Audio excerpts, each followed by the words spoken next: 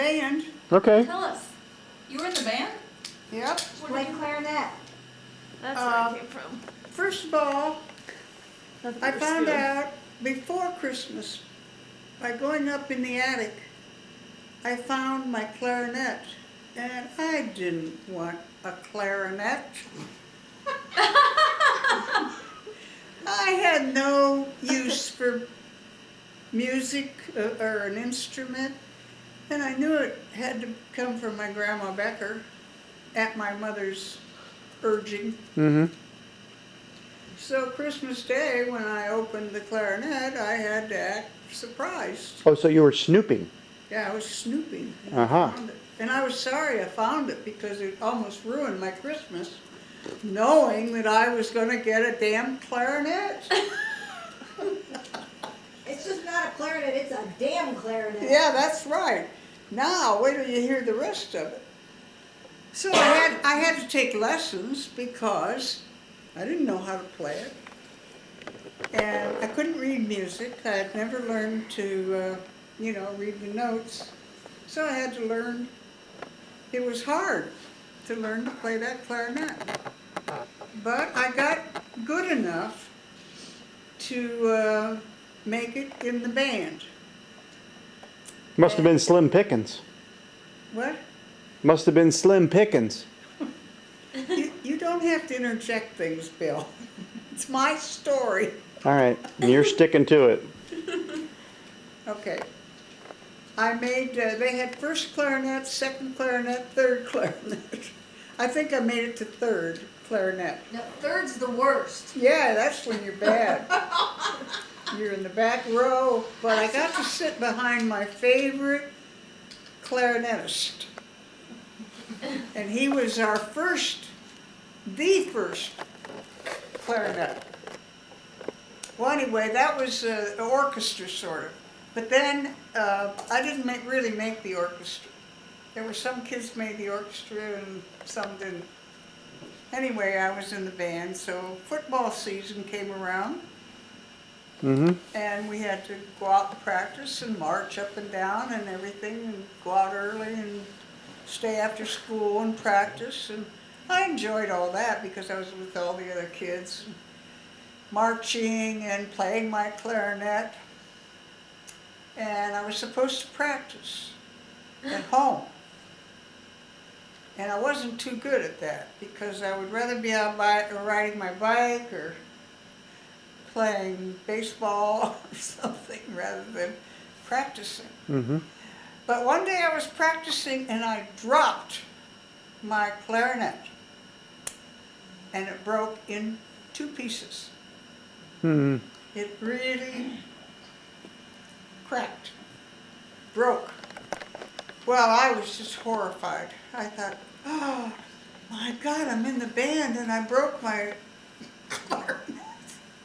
And I was afraid to tell my mother, and but finally I had to, tell Mother, and I could hold it up, and I could hold the bottom part and squeeze it together, so that I could actually play it a little bit. Mm-hmm.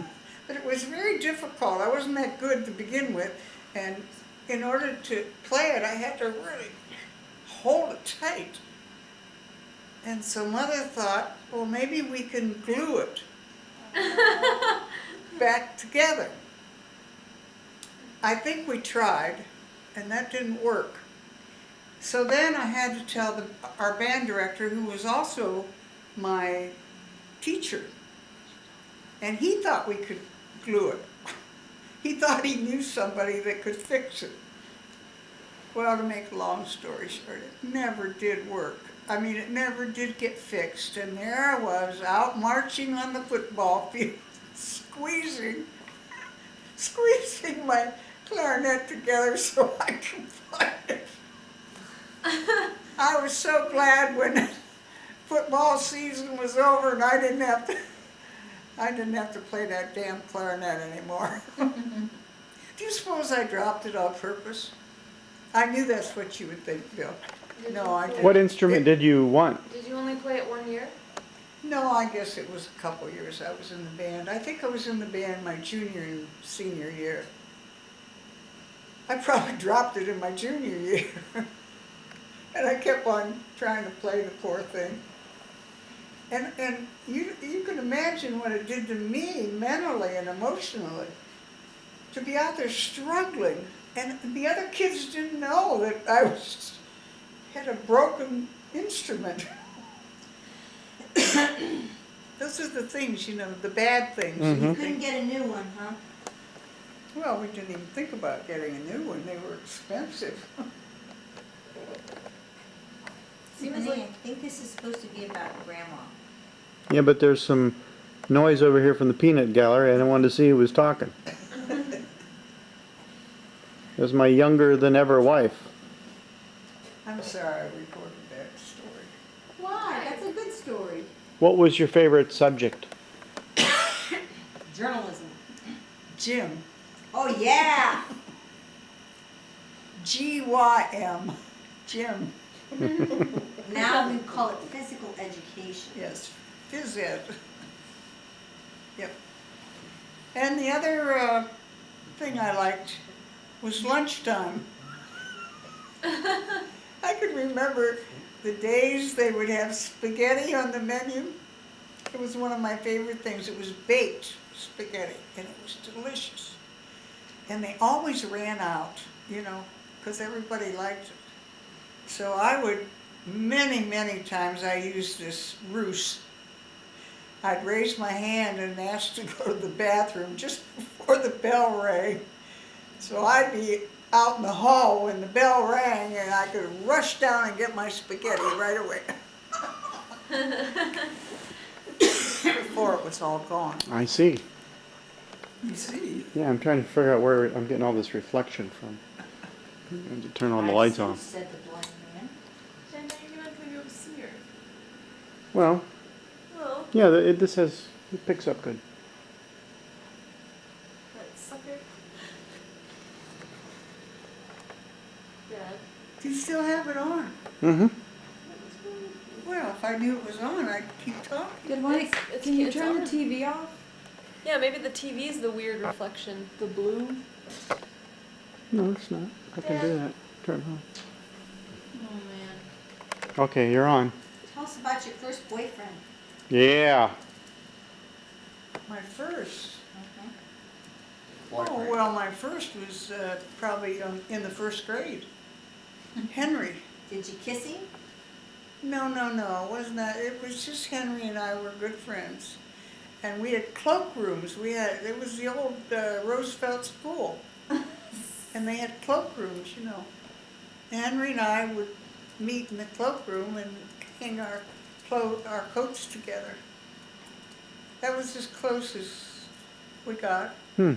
But my mother told me that I dreamed of Henry in my sleep, and I would sleepwalk and talk about Henry. I don't really remember Henry, but I remember my mother telling me that I would sleepwalk and talk about Henry. He was, and then there was another little boy named Sidney, probably a little Jewish boy that I liked real well. That was probably second grade. What about third grade? Well, then let's skip to the fourth grade, and my mother inherited money from her father's farm, and she got a little over $3,000, which was a lot of money, and that's how we bought the house at 3045 Windsor Place, with that money. Hmm. And so, of course, I moved to a better location, Mm-hmm. better school, and I was in the fourth grade, and there were a lot of neighborhood kids, and we played together. We played cops and robbers. We played with marbles a lot. Marbles were a big thing. You went out on the ground and you patted the ground down and made it real hard, made a big circle, and you all had to everybody seemed to want to have the most marbles, carry them around in cigar boxes, sugar bags, and And we played a lot of marbles in the summer. What's a sugar bag? Well, sugar bag, sugar used to come in bags with the drawstring on the top. I just remember the sugar bags. Flour bags too.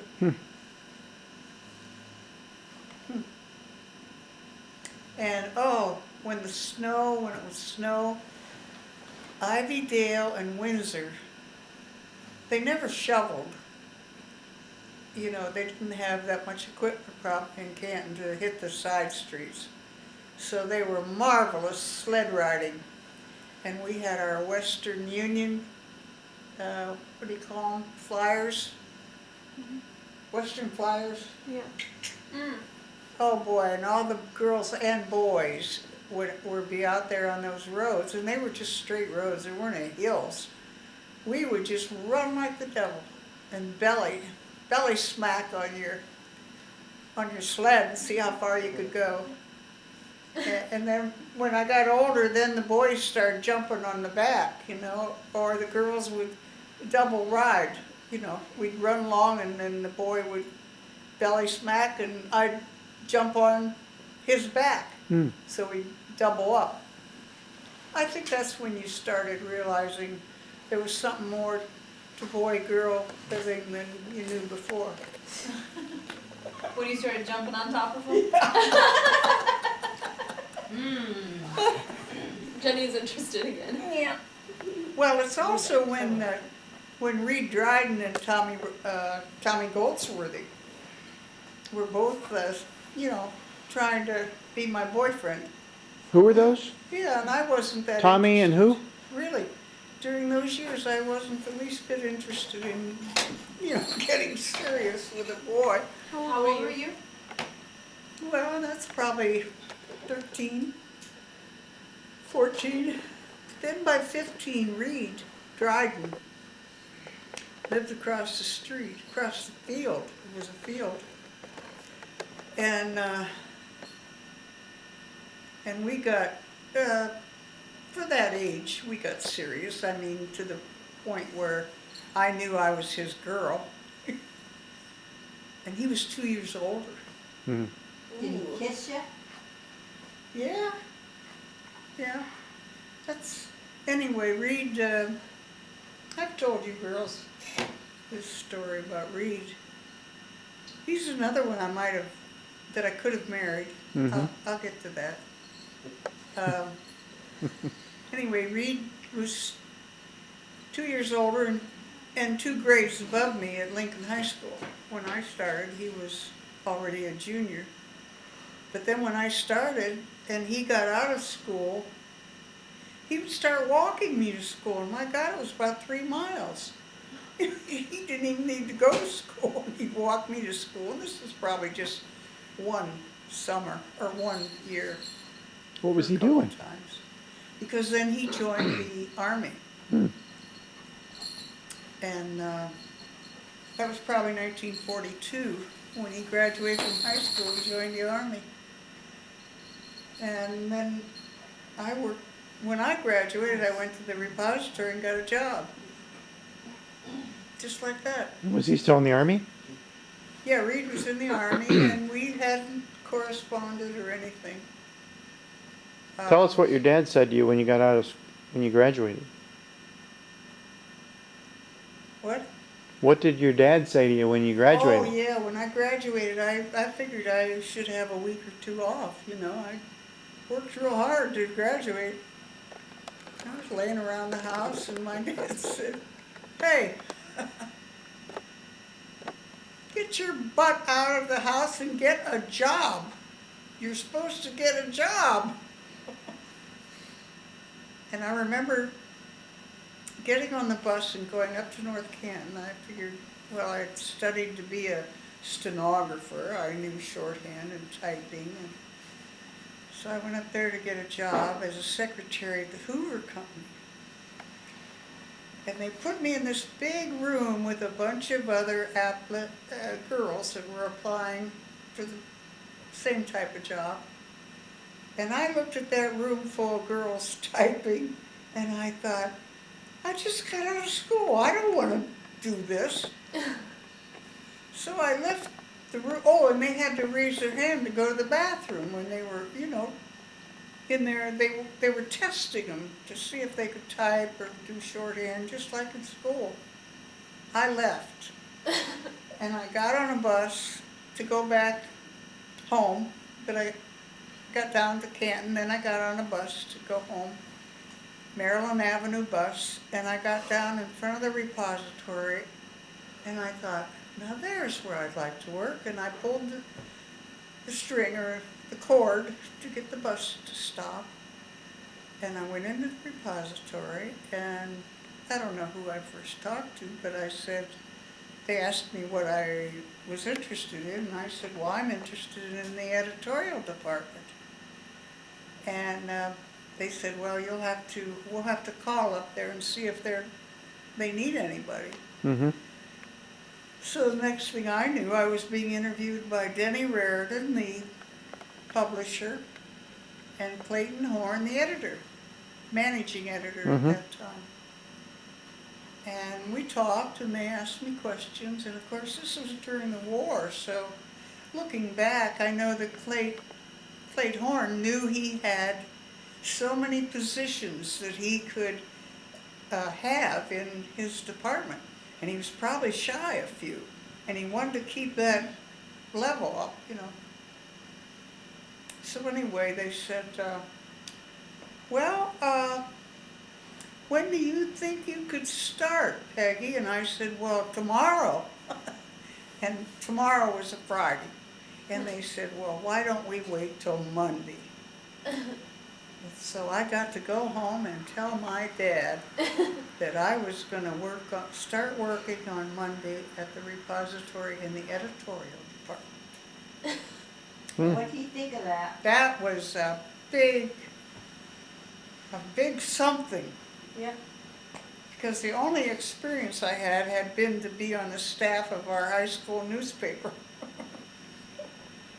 And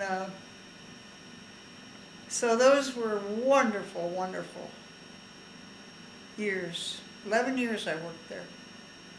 I carried you in to work with me. When I got pregnant, I don't know how many months I worked, but When did you get your first car? oh, my first car, I got that when I was right out of high school. A 1937 Chevy. It was a 34 Chevy. Yeah, and I broke my little finger. I had one of those knobs that you turn on. It was a big thing, You didn't just have the steering wheel, you had this big knob that you could grab a hold of that, like a doorknob, and swing your steering wheel around. Well, I took it around, and then when I let go of it, it came back and caught my finger. And to this day, my finger is crooked.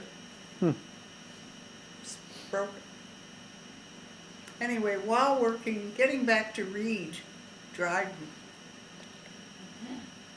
One day when I was working, the telephone operator downstairs called up, said that Peggy has a visitor.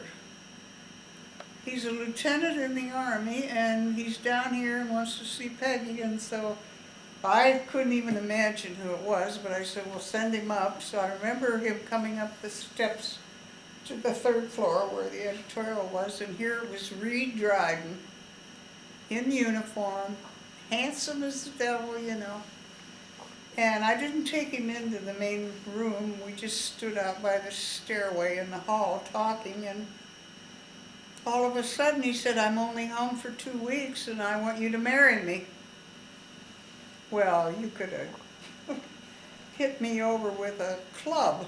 I mean, it was just so unexpected. I hadn't seen him. He had been in the Army. And we hadn't written or anything, but here he's asking me to marry him. Well, of course, I turned him down. I said no, and I loved my job at the Rep. It was probably the best education I had, because the people that work for a newspaper, I really believe this, they are very, very smart people.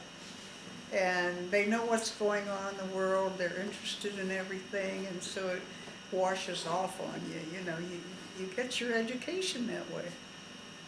Anyway, that was the end of Reed, and do you know what he did? While he was home on that 2-week vacation, He married somebody else.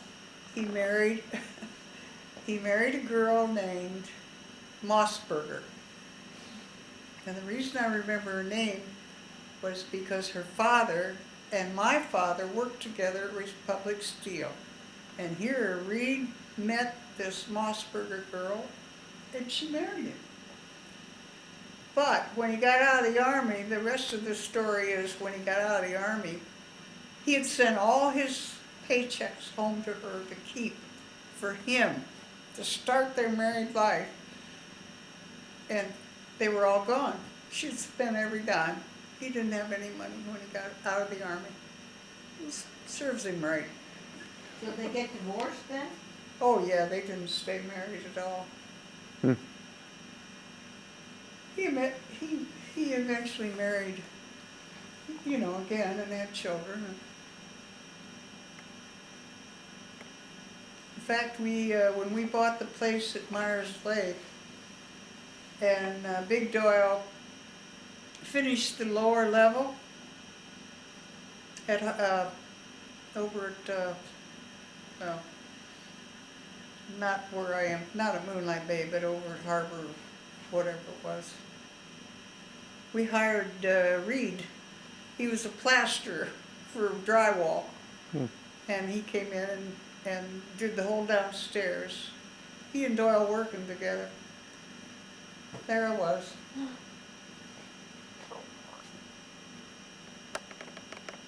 That's enough. Now, Bill, you have a very bright light on me. It's showbiz, Grandma. I don't like that bright light. Let me try to dim it. I can't talk. Well, you didn't have that on before. Is there a pillow over there someone could throw? How's that? Well, now you don't have it on at all. Okay. Oh man. Okay. Yeah. Start talking. Oh. You want to know how I met your dad? Okay.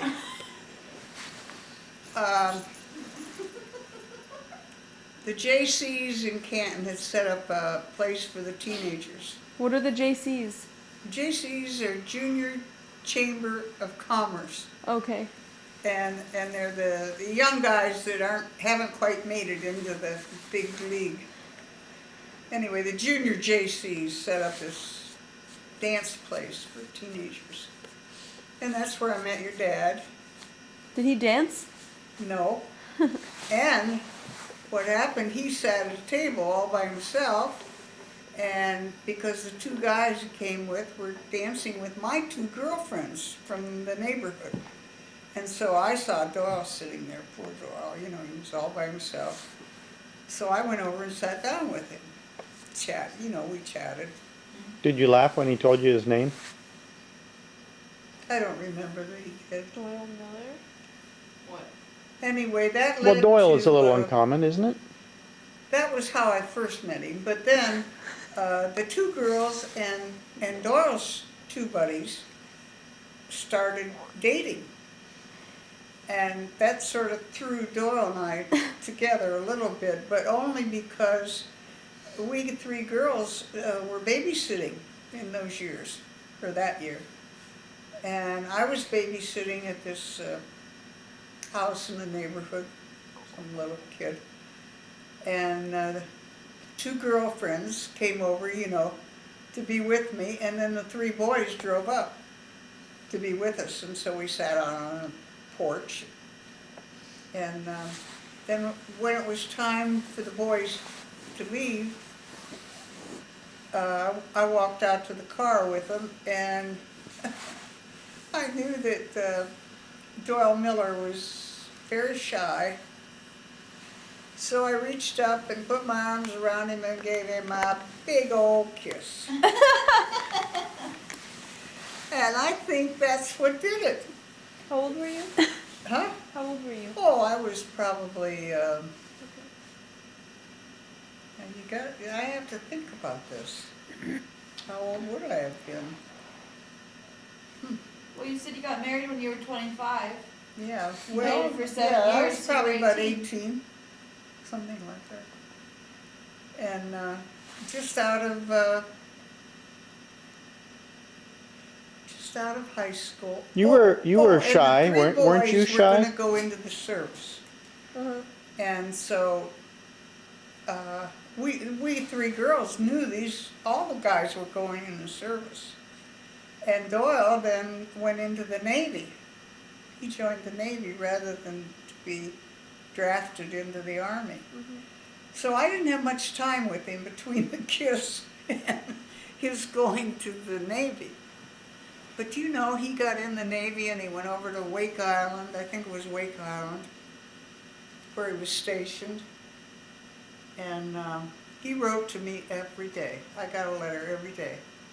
And on the bottom, he didn't say very much. Yeah. I could tell he wasn't a real good letter writer, but he wrote. But on the bottom, there would be, I swear, there would be 3 lines all the way across with X's. 3 rows of kisses all the way across. You really made an impression. Yeah. He was And then smitten. He thought you were easy. I was, I guess, when I was the one that reached up and kissed first. So you weren't shy. No, I wasn't shy. Well, I still am to a certain extent, Bill. Shy. Shy and What? sensitive. What? About what? What are you shy about, Grandma? Well, I think I'm just normal in regard to being shy. I'm not a person you would say is real shy. But on the other hand, I'm not that bold, either. I never did anything bad or wrong, when I was growing up. But you're not shy.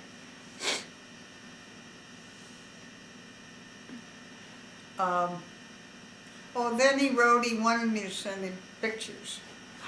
And my Uncle Paul was also in the Army, and he was in the South Pacific, and he had sent me a grass skirt made by the natives over in Iwo Jima or someplace. How do they do that? Well, it was a grass skirt. No, I mean, how do they send it to you? Well, he sent it to me, Mail and it that. had a bra. It had a bra and a skirt, all made out of grass with the bra, I remember, had red trim around it, but it was still Your grass. uncle Paul said that to you? So I remember I put it on, and I put it on, and my mother, we went out to the garden. It wasn't summertime. We went out where the garden is now, and my mother took a picture of me in this hula skirt. Did she know you were gonna send it to And it Grandpa? turned out pretty cute, and so I sent it to Doyle Miller over in Wake Island. And I guess it was a real hit with all the sailors. Oh my god! Well, it didn't show anything, but I know, it was that's great. something different. That's great. He got a picture from his girlfriend in the hula skirt. That's funny. Yeah. Anyway, those years at the repository were wonderful, and my sister was working up at Cedar Point the summer of, would have been 1945, 46. And so a friend of mine, Jackie Bithsel, and I decided to go up for a vacation.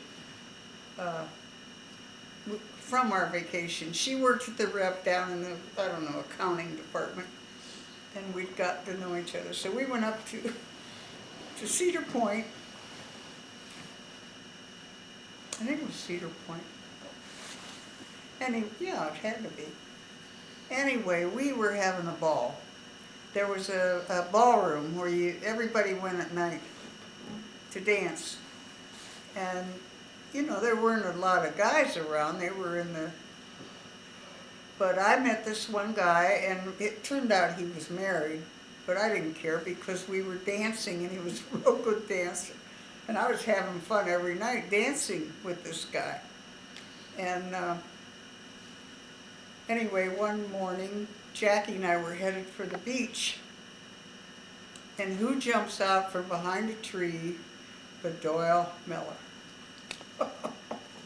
I thought he was over in Wake Island. Anyway, he wanted to surprise me. He jumped out from behind that tree. And there went my big time. Anyway, he was around then for the rest of the vacation up there. And then we didn't drink alcohol, you know, at that time. But we went to the Spotless Spot every night and had hamburgers and milkshakes in his convertible. He had a 42 Plymouth convertible. And Was he home from the Navy then, or? yeah, this was after the war, after he Oh, got okay. home. So you didn't even, from all those letters he wrote, he never told you when he was coming home. No. Nope. He just showed up. Typical, wouldn't you say?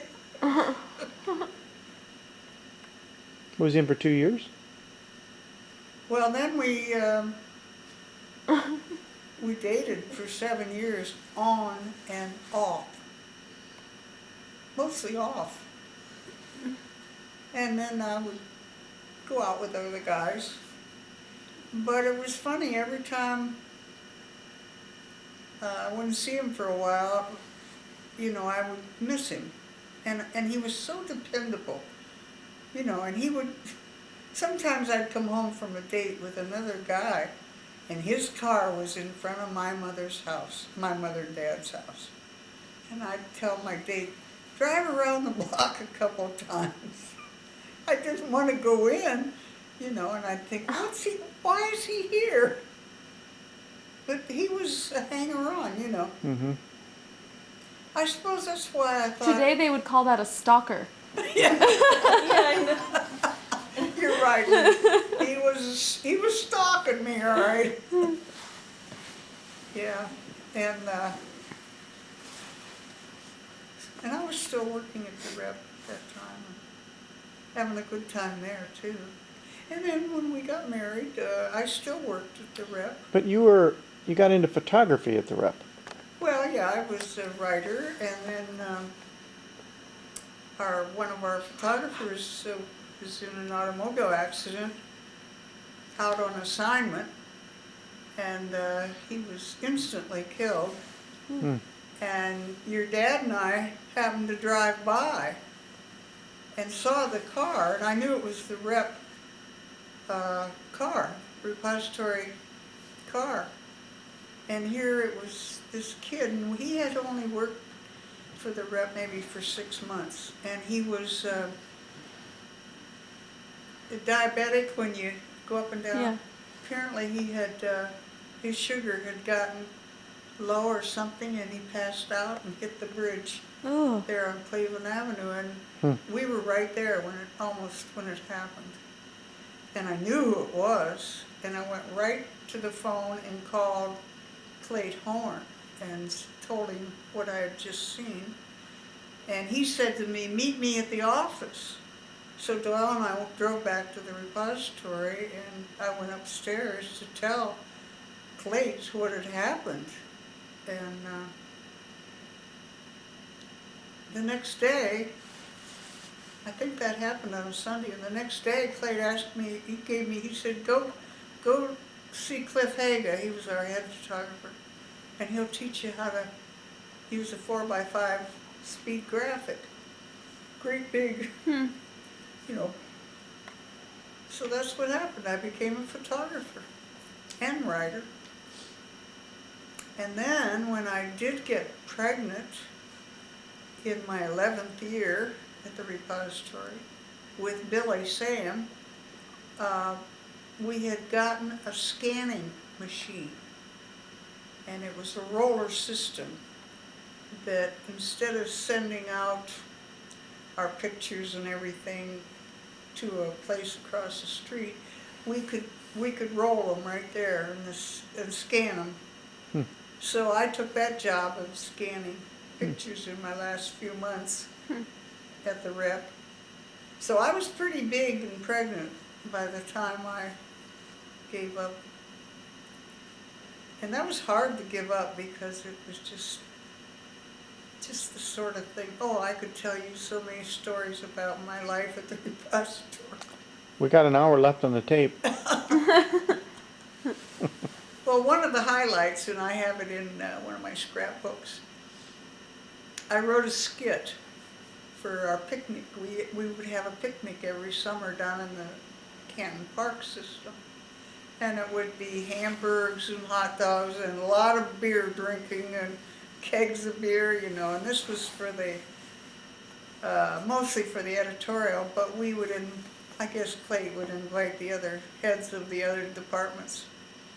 And we always had a baseball game, you know, horseshoes and everything. Anyway, this one year, I wrote a skit.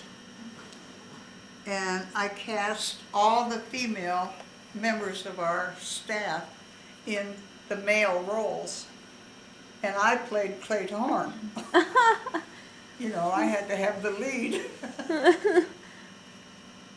And I have pictures of it because I smoked a cigar, so I had a cigar that I smoked.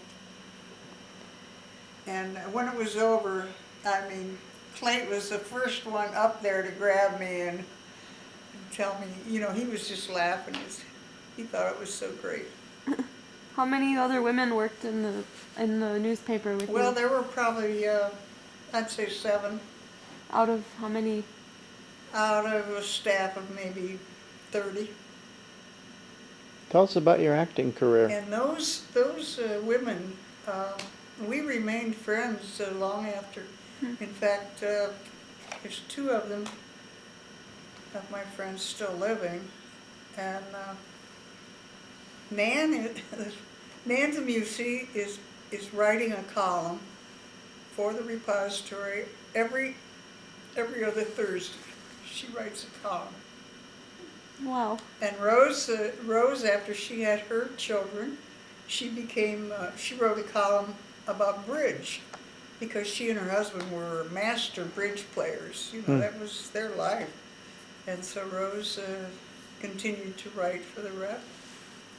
And we used to, once summer, when I'd be home from wherever, we would take Clayt Horn to lunch, the girls that had worked for him. He looked forward to that. After he retired, we would go to Taggart's for lunch. Still there? Yep. Didn't you go there when we were in Canton last? Is that where they had the Bittner? Yes. Yeah, that's where we Oh, I want a Bittner so much. Bittner. I have a picture of myself and Clayt Horn. Tell us about your childhood in Bolivar. Well, Billy, I was only 5 years old when I moved. I want to hear what she did after how she got into her tennis career. Oh.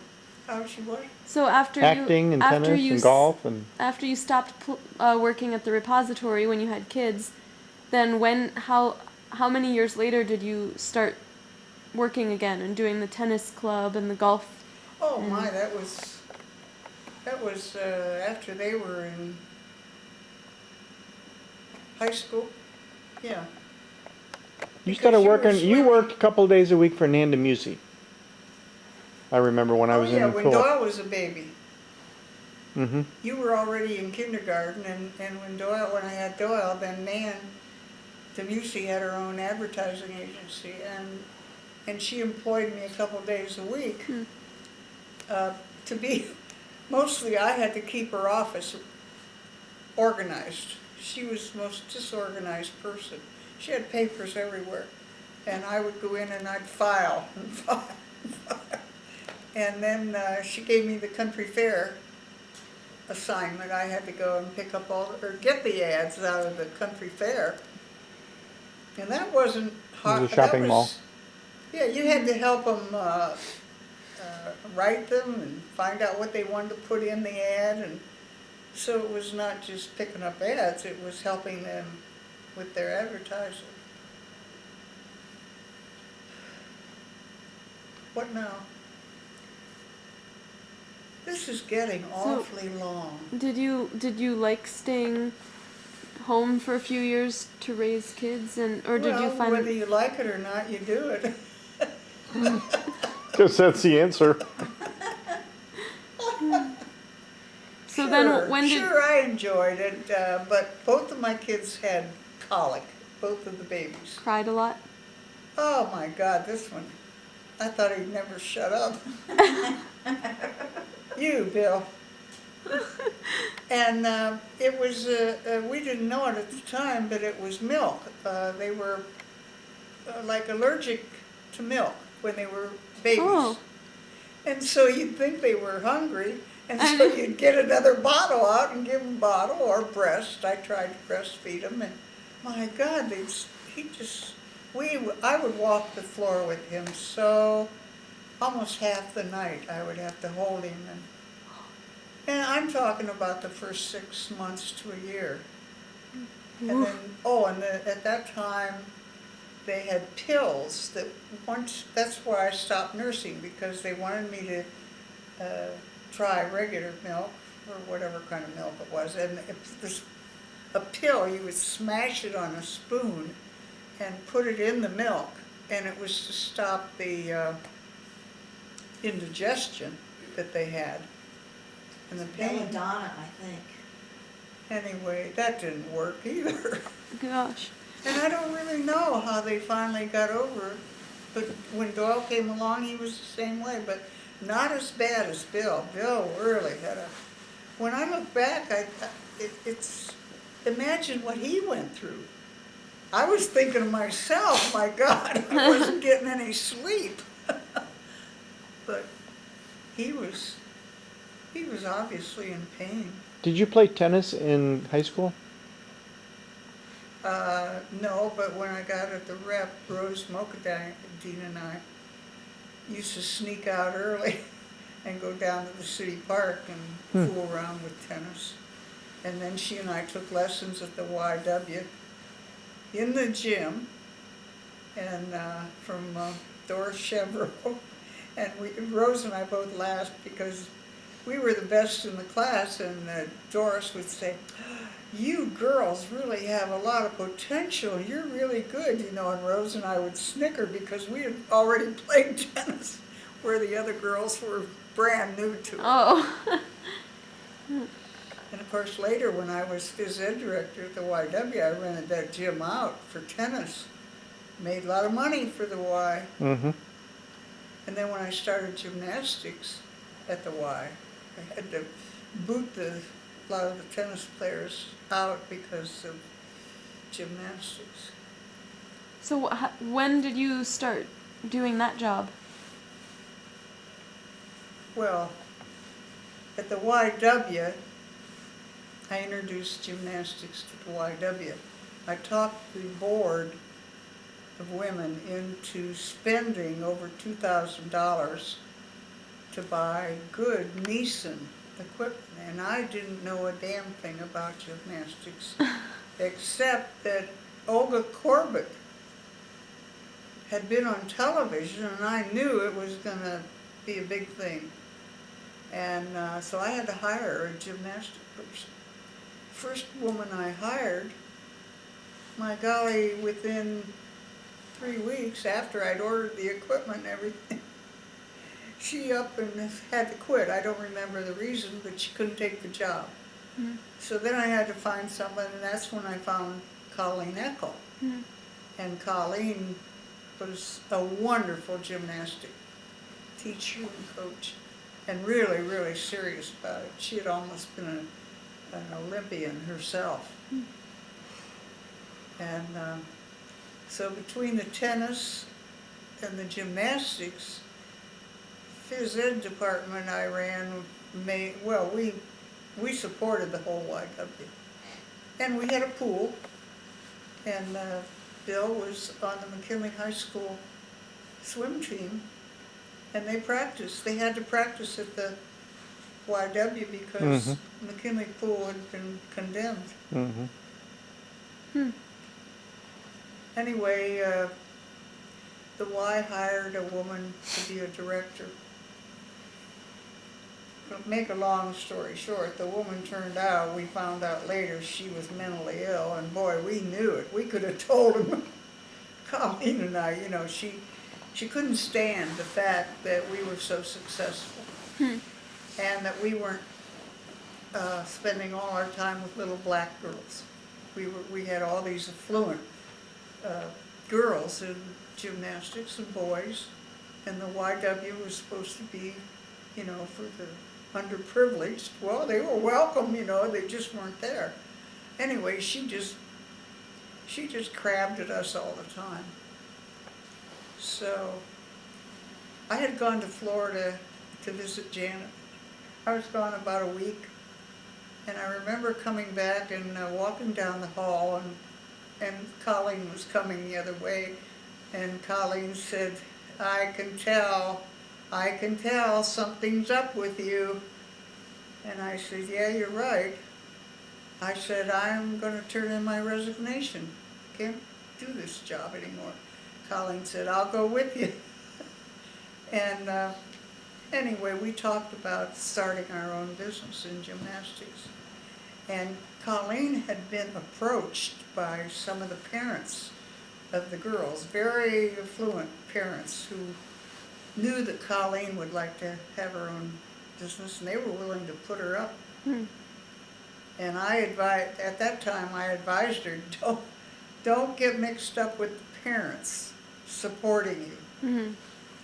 And so she was eager to come with me, and she didn't know anything about setting up a business. And so I did all the advertising and all the programs, and anyway, it worked beautifully. We had a really, really good business.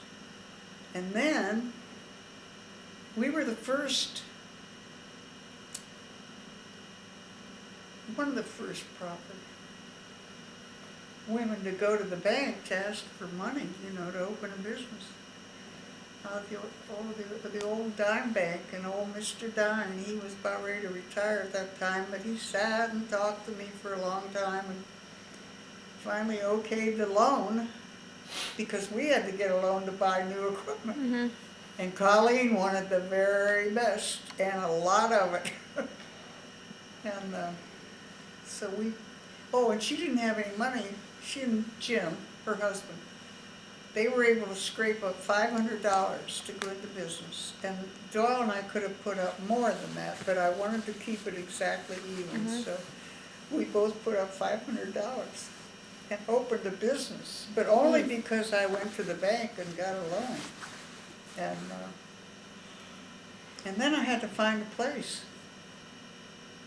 That was another story, trying to find a place. How long did it take to pay back the loan?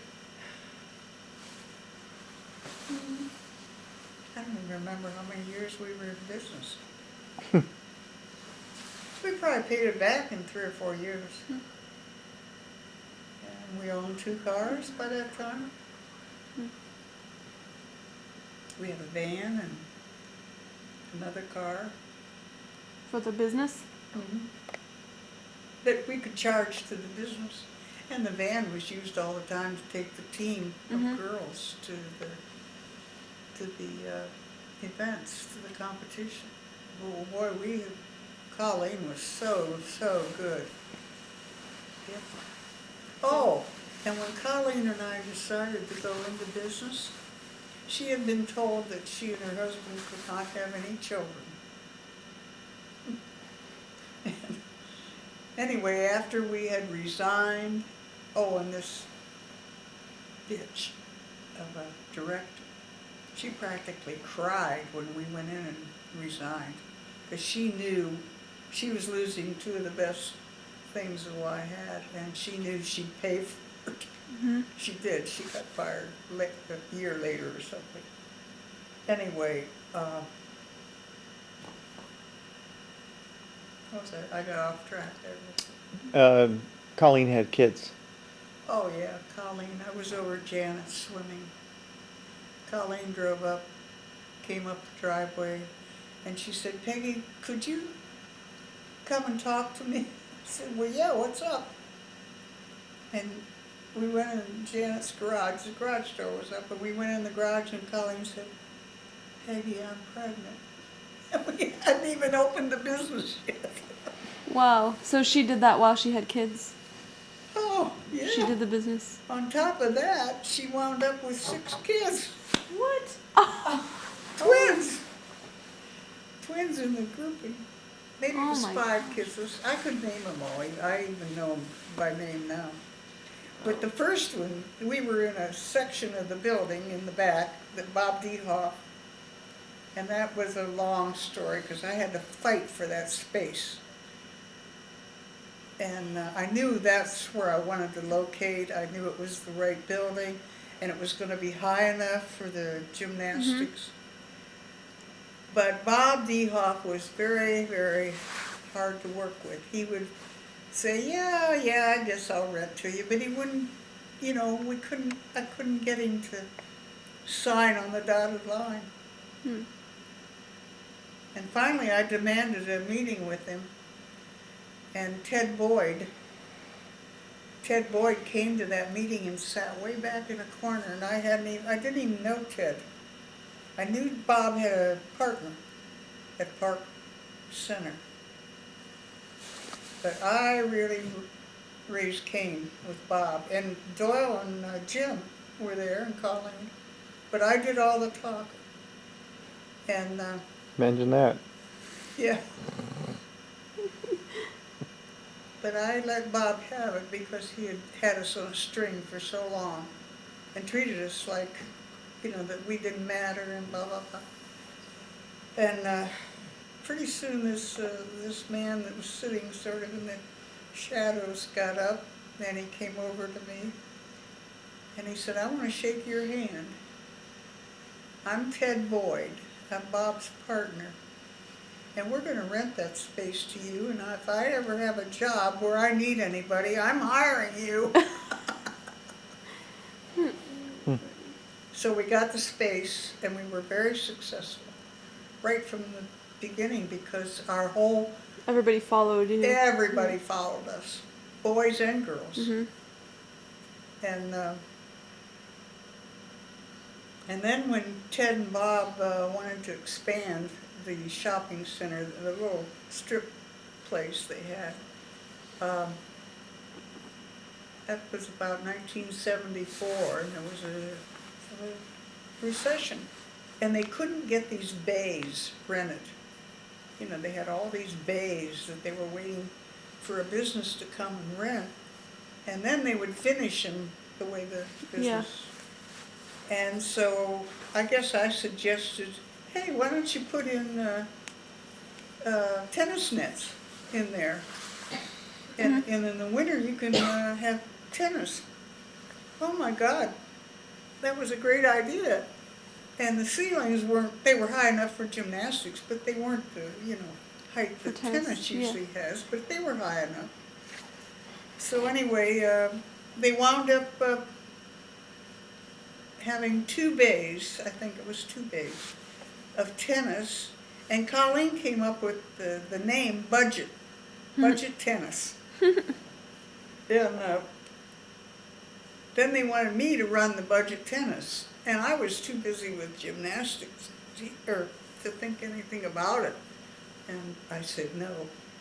So they hired the principal of Country Day School. They hired him to manage that Budget Tennis. And he was putting lights up, helping them put up, or doing the lighting probably. He fell off a ladder and broke both arms. Ooh. I mean, the whole way, he had to walk around with his arms straight like that in casts for over a year, I think. Wow. So then they got Sue Rosenberry. They got Sue Rosenberry to come in and run the Budget Tennis. And it was so successful, then they got the idea that for their next expansion, or I suggested that indoor tennis was it could be profitable, and I had done a whole pro forma on indoor tennis, and I wanted to have my own indoor tennis place. And Doyle and I had driven to Toledo and Cleveland and several places to look at indoor tennis clubs, and I was so enthused about them. Mhm. And so I suggested to Ted and Bob that when they build the new place, build indoor tennis. So we had room to put in 7 indoor tennis courts. You know what? This is getting too long. No, it's wonderful. I was checking to make sure the light was still on. Well, I gotta finish at least the. So they built an indoor tennis, but at that time I said, we're gonna move the gym over. They said they'll build the tennis courts if I would manage them. And I said, well then, we're gonna have to move the gymnastics over next to the tennis courts. So I had an office in between. I had 2 doors. One went up to the gymnastics and one to the tennis. And that tennis, I'll tell you, I paid for that building. And when they first started dealing with me, I can remember Ted saying, well, Peg, we're willing to pay you a small salary, and then the rest of it would be depending upon our net income. And I looked at him and I said, no, Ted, it won't be on the net income, it will be on the gross income. And he and Bob like, uh-oh, we're dealing with somebody knows what she's doing, you know. But they agreed. So I got a percentage of the gross. And so here I was earning gymnastic money and tennis money. I remember that you earned somewhere around $33,000 in that time period, which was a huge amount of money. Oh, I don't think I made that. Well, I don't know. What did I do with all of them? Redecorate. I think the you house. redecorated the house, you bought us all clothes. I don't know. Were the kids in high school then? It was a lot of money then. Yeah. Yeah. When did you fit acting into all that? Well, I had been a member of the Players Guild before I got married. Loved that. Do you want your Community socks theater. in the picture for eternity? No.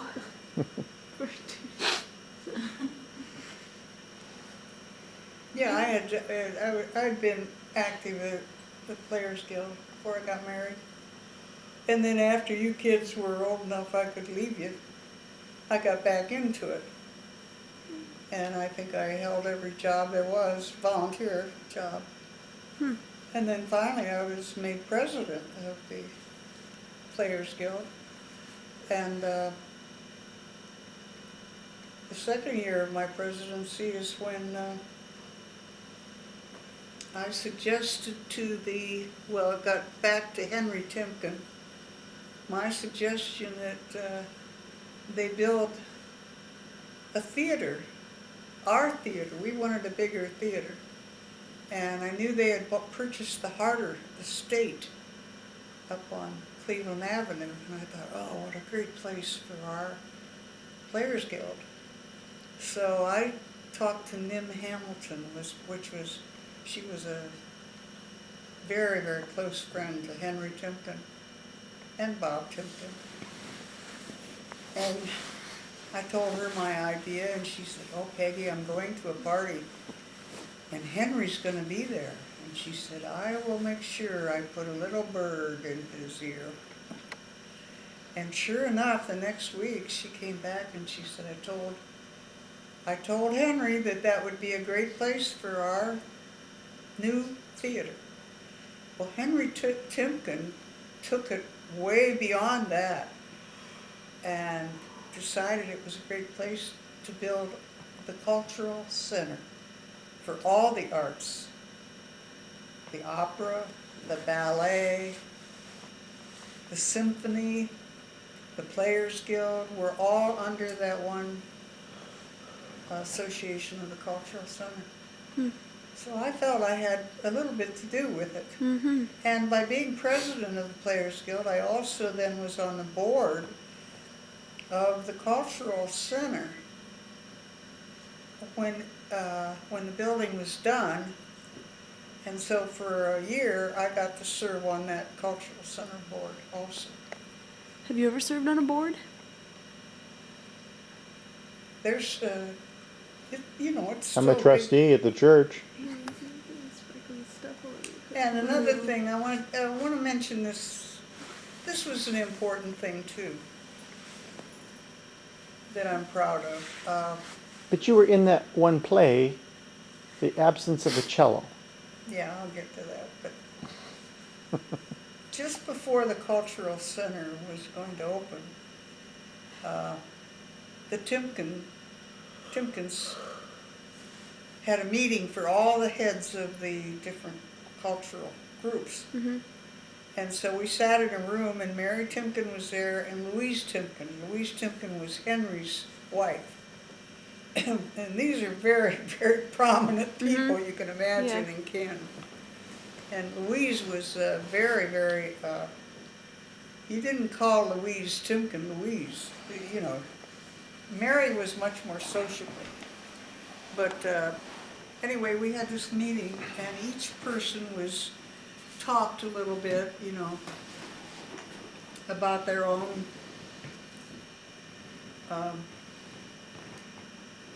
unit. Yeah. And when it was my turn to talk, I chose to talk about how important it would be that all of us completely change our attitude that had spread throughout the community, that we were all better than any, or I didn't put it in those words, but sort of highfalutin, because this thing was so big that we had to bring in the people from every section of town in order to support us, that we couldn't leave anybody out. And at that time, the Players Guild was snooty, and Johnny Doerr was at this meeting, and because he was president of the Art Institute at that time. And, people just, at that time, thought that all these different people that were associated with the arts were all way up here. And my speech was that, we have to reach down and get people involved that have never been involved. So there was a big hush. And when it was over, Louise Timken came over to me and she said, "Come into my office." So I went into Louise Timken's office, or somebody's office, behind her, and she shut the door and she put her arms around me and said, "I am so proud of you for saying what had to be said, and nobody would say it, But now you're right, in order for this to be successful, we have to change." And she said, "From now on, you can call me Lou." That's what you call Louise Timken. Ooh. And I was so excited when I left there, and she had an airplane that she flew herself, and I thought, oh God, I wish Lou Timken, I wish I could be friends with her and she'd take me for a plane ride. Yeah. Anyway, we were the first association to open the Cultures, the Players Guild. January 7th, we were to open Maine, the music Maine. And the time kept getting closer and closer, and the theater wasn't finished, and there weren't any seats in the theater. And but all the parties were planned for this big opening. And anyway, one of the members of my board stood up at our meeting and said, "I'm going to make a motion that we postpone the opening of Maine. we must postpone this opening because we don't have any seats in that theater. And boy, as soon as he sat down, I opened up and I said, there will be no postponement of the opening of the Cultural Center nor of Maine. And if we have to sit on the cement, that's where we'll sit, you know, in the tiers. And the whole board cheered, and his motion never even got seconded, you know. Well, you're really bringing out all this on me. But these are moments I'm proud of, you know. It's That amazing what a camera will do. Yeah. Lindsay enjoys it. She likes to hear her grandma brag. I like it. It isn't just bragging, it's actual things. It's fact. What? It isn't bragging if you can back it up. I know, I said, you know what I was thinking though, Mom? What? You were really way ahead of your league in women's, as a woman, because most women in your generation just stayed home and had babies. They would never have thought to go get a loan. They would not have thought to Oh, I know, you know, I know. because they didn't work. And That's right. You were just way, way ahead of really, you were a liberated woman before women's lib even came into. Oh yeah, you're right. I was way ahead of my time. That drove my dad nuts. Yeah. Women's lib. Did you burn your bra? It's a wonder that Doyle Senior and I ever did make it for 38 years. You know, You were because I was bringing home the out bacon. doing my own thing. Yeah. You were bringing home the bacon. That's why you stayed together. Well, he was doing all right too, but a couple times he said to me, you know, during these years, you know, you care about everybody else and everything else except me. Well, that's because he was mean. And it was true. I was so happy doing all these other things. It wasn't mean, it was true. Well, maybe that's why you didn't mind if he was distracted with some other stuff. He'd leave you alone then. That's right. You No. could go do your thing. Even my trips to Florida, you know, when Janet would ask me every year to come to Florida, I'd be so excited because I'd get to go to Florida at her big, beautiful home, you know, and Yeah. live the life of royalty, and I'd just take off and go. Yeah. I hope I'm not teaching you girls. Well, Too you'll late. be in love and you'll be okay. My problem was maybe I didn't love enough. I told you once about the boy from the Players Guild that Yeah, you told me. broke my heart. Yeah. Wasn't he married? Oh, no, he was engaged. Engaged, that's right. He was engaged. And I didn't know that at first, but he was honest enough to tell me that. Later. Hmm? Didn't we tell you later? Hey, I never heard this story. Oh, that's right, Bill. What are you talking about? His name is Don Schanauer, Hmm. and he played the part of the brother in Tennessee Williams'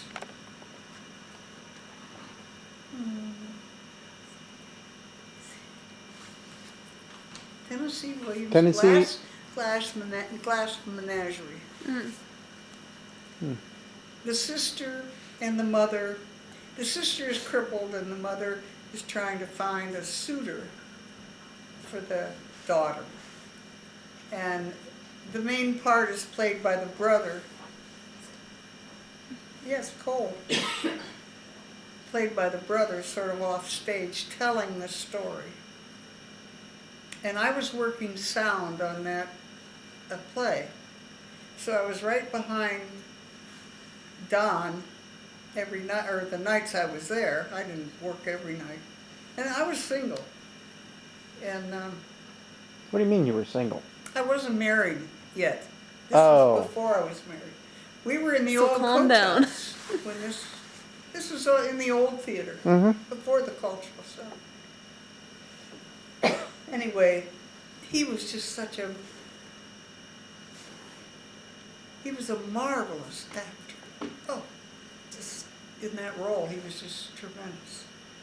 And when he'd come off stage, we'd talk, because he wasn't on stage all the time, you know, and I just started really, really liking him. And he was so educated. He was just different than anybody I'd been interested in. So I got very interested, and after the show, he wasn't one to go over to the bar where everybody went, but he started coming, you know, and sitting beside me at the bar. And then when we had parties, we always had parties during shows where different members of the cast or the crew would have us into their home after the curtain. Mm-hmm. And so Don and I were together at those parties. And I remember Russell and Addie Bird both came to me at different times, and they were our staunch elders in the theater. And they both said, "Peggy, we can see you're wearing your heart on your sleeve." I can remember that expression that Addie said to me, as though she thought I'd get hurt, you know. Well, I did, because then he told me that he was engaged to a girls' school that he'd been over Kent University. And so I guess I was his last fling. But So there was nothing sexual about it. It was, we hugged, we kissed, you know, and that sort of That thing. sexual, sort of. Well, it is, but he never, She didn't do him. Yeah.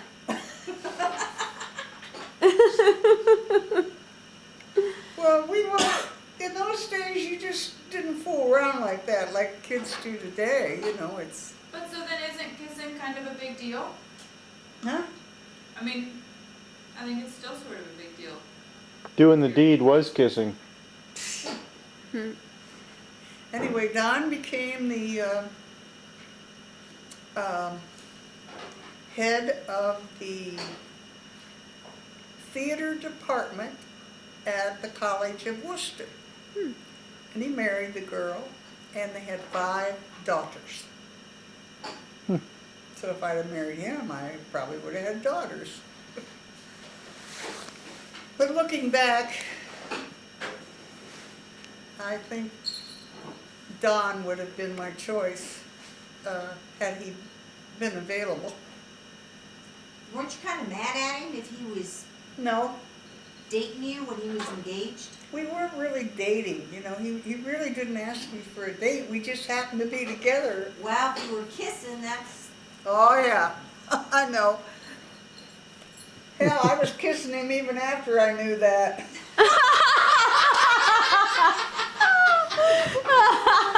You thought maybe you could steal him away, huh? Well, I liked him so well. She doesn't give up easy. I liked him so well that I just couldn't help myself. Yeah. So if he used me, he used me. Didn't mind. Hey, after I was married, I got a phone call from him, and I had little boys at home, and he asked me, he said he'd like to see me, and I hadn't seen him for years. And so we met up in the parking lot of the Players Guild, and he pulled up beside my car, and he came over and got in my car, and we sat and talked. And he was married and had kids, and I was married and had kids, and we didn't kiss or anything. That's what I wanted, that was my question coming, did you kiss him? If he had wanted to, I wouldn't have allowed it then. Oh, yeah, huh? But I still was interested enough in him to go see him. Well, And then- sometimes. And then Janet Berry, you know Nick and Janet? Mm-hmm. Janet called me one time when at home and said, "Peggy, I want to see if you'll go with me.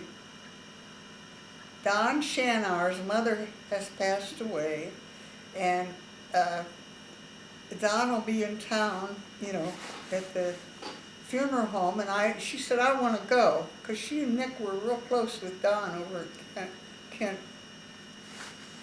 And I said, yeah, sure, I'll go.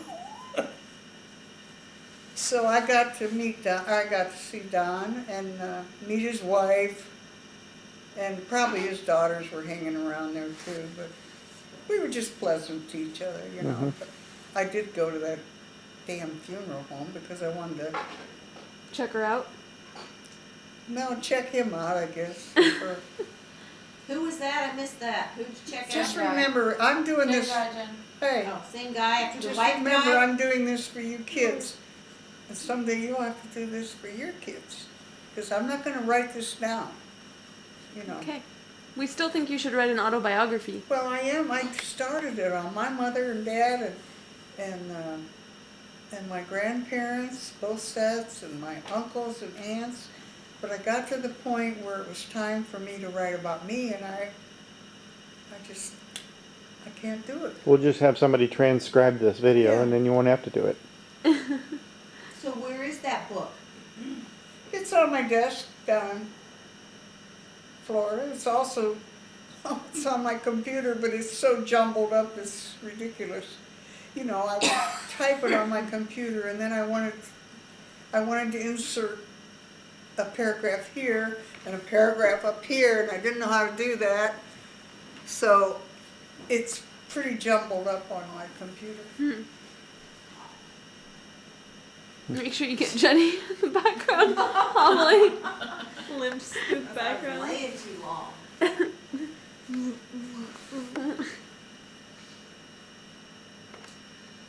Well, that's the end of my boyfriends. What's Stu, next? Did you talk about Stu, or did I sleep through that part? She talked about it at dinner. Oh. What did she? What she ask? Did you talk about stew?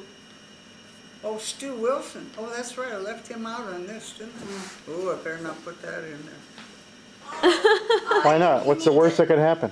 I think you need to let Big Doyle know about that.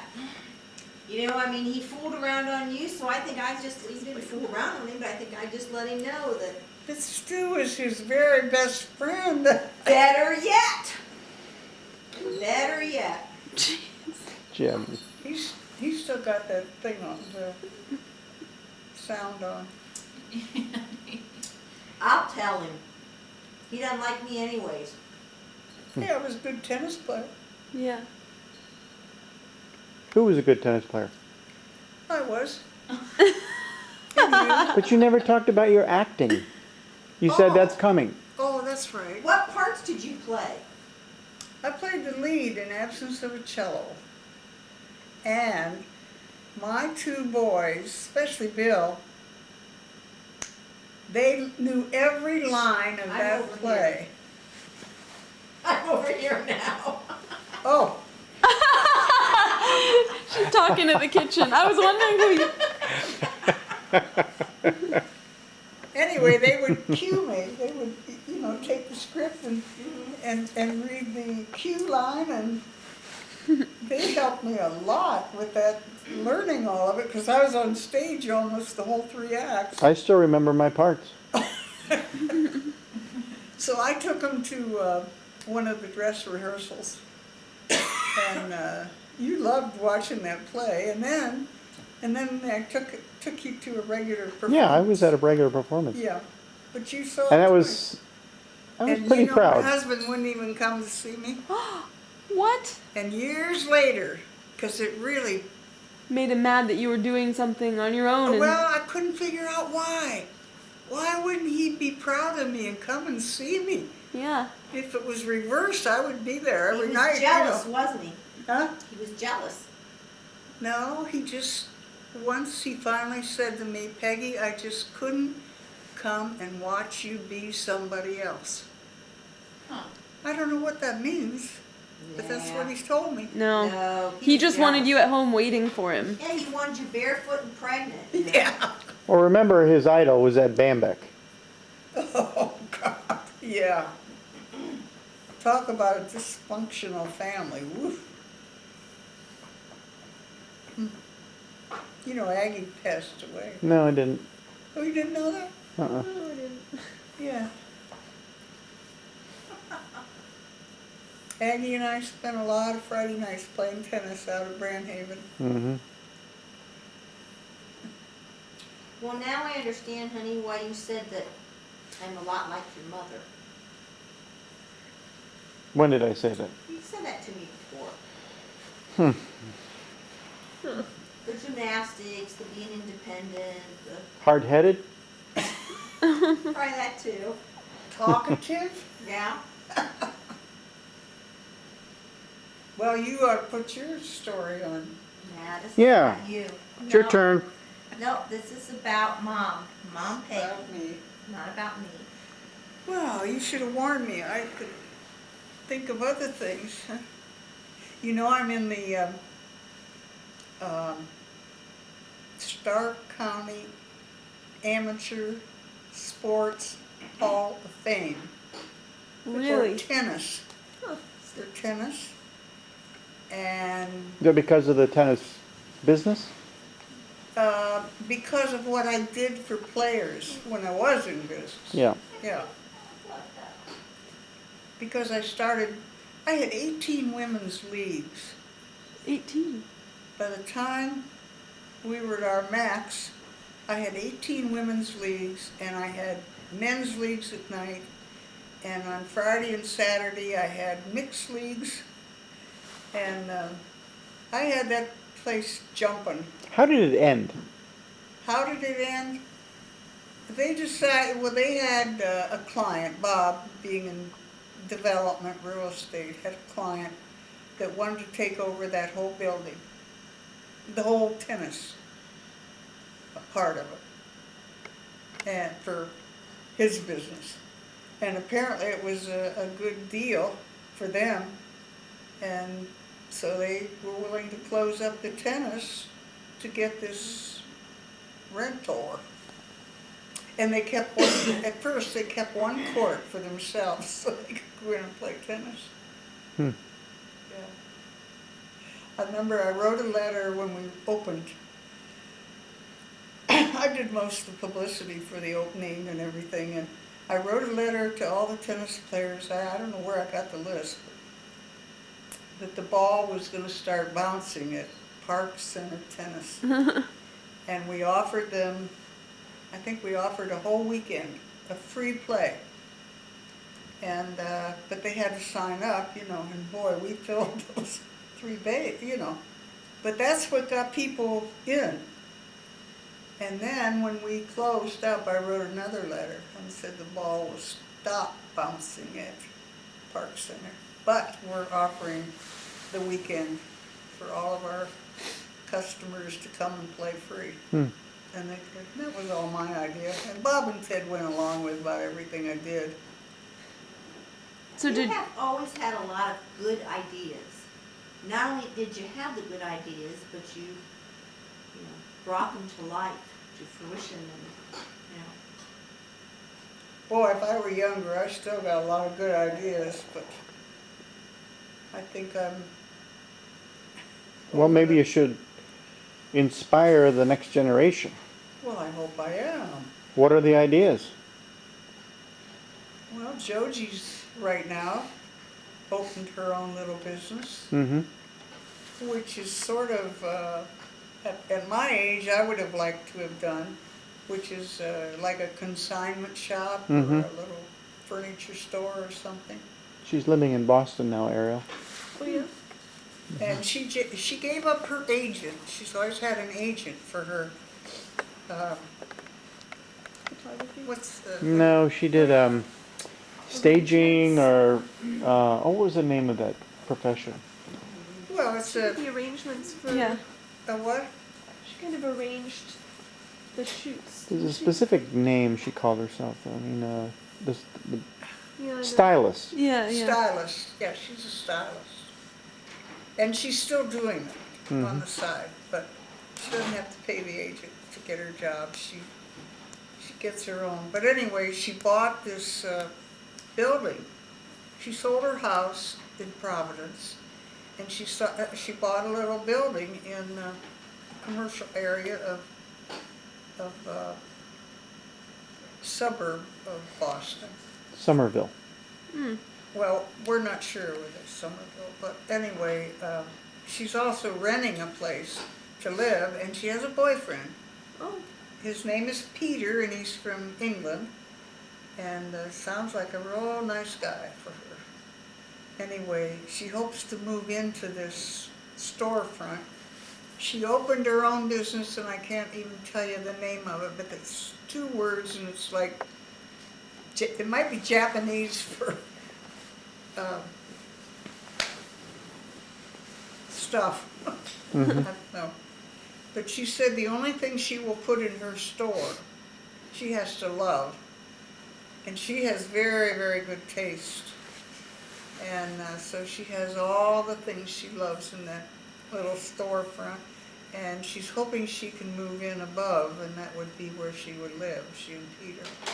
But she's not quite ready to do that, I guess. And so she's doing okay. And you got Kai's letter, they're all doing okay. Mm-hmm. Yeah. I wish we could see more of them. I wish I could see a lot more of Chelsea, you know.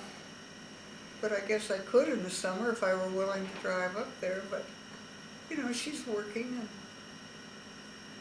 we need to have her come down to Doyle's more often. Mm-hmm. But I only see you kids twice a year, so that's about what I see her. Okay. That's about all I see him. Except for Ariel. And that will change. Mm-hmm.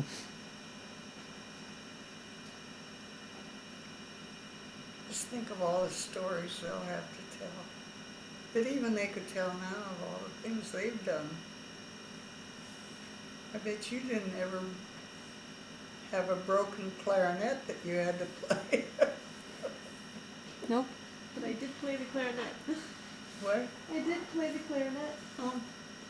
Didn't really like it though. And there's so many things I can look back and wish that I had done, like piano. I wish I could play the piano. But I grew up during the Great Depression. My dad didn't have any work. What was that like? Well, all I remember is when we rode the bus to go shopping downtown Canton, there was an A&P store at one end of town and a Kroger at the other. And we would have to walk with my mother between the 2 stores because she would read the ads, and wherever the cheapest can of peas was, that's where you had to go. Mm-hmm. And if you were saving 1 penny, you know.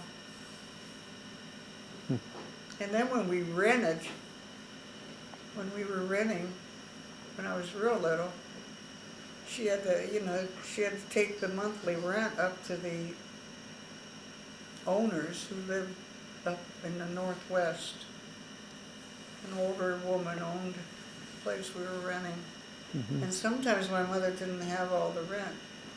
And we'd walk up there in the snow with Mother and to plead with the woman that, well, this is what we have. You know, we only have $20 for a $50 rent. So I remember that. She'd bring the kids my dad for sympathy. hiking me through the snow when I was very young, probably 4 years old. We would walk from down on Walnut Avenue, or 6th Street, clear up to 14th Street to a buddy of his so he could get a drink of booze. I didn't know it at the time. I just knew I was tired and cold. That's ridiculous. Huh? That's so ridiculous. Well, you're an alcoholic. And we didn't put that title to my father until he was almost dead, before we realized, hey, there's a name for this. Yep. I remember him sitting in the breakfast nook, and he would get real sentimental, and he would sing, and tears would come to his eyes, and Never really understood what that was Well, about. that was after he'd have a couple drinks. Mm-hmm. When he didn't drink at all, you could hardly get him to open his mouth to talk. He was, you know, depression and alcoholism and all that sort of stuff is connected with the chemistry of your mind.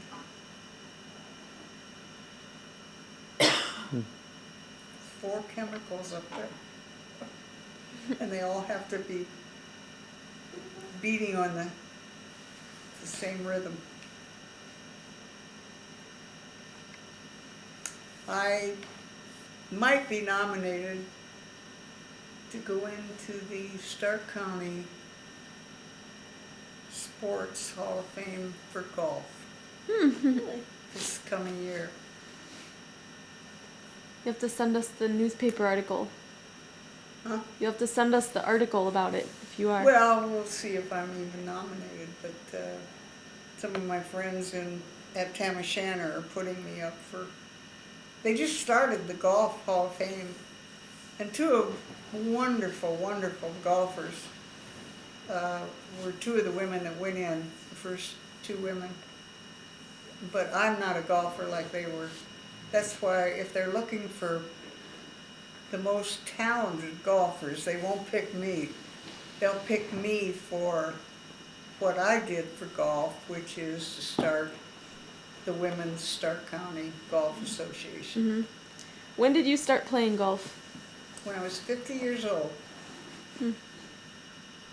Because in the summer, we had the gym, and Colleen would keep it going by having clinics and things. But I would have the tennis there. Nobody was playing indoor tennis, or very little. And we'd have some lessons. And Sue Rosenberry and I one day said, why don't we go over and see if we can play golf over at Edgewood, which was in North Canton. So we went over and joined the 9-hole league. And I had hit, you know, it wasn't as though I was brand new to golf. And Sue could play a little bit. So we went over and joined that league, and oh boy, I just fell in love with golf. And I was good enough that some of the really good golfers in that league, when I got in the 18-hole league the next year, I met the really good golfers, and they would always say, oh, you've got so much potential. And they would pick me to be on their teams, you know, where you have to have a team with a balanced handicap. You can't have 4 A players, you had to have an A player or a B player.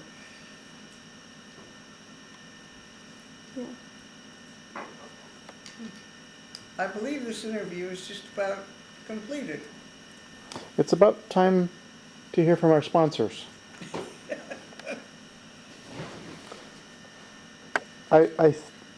I feel like, you know, Charlie Rose, like you've been on the Charlie Rose show. Oh, You know that? I think you're videotaping the couch right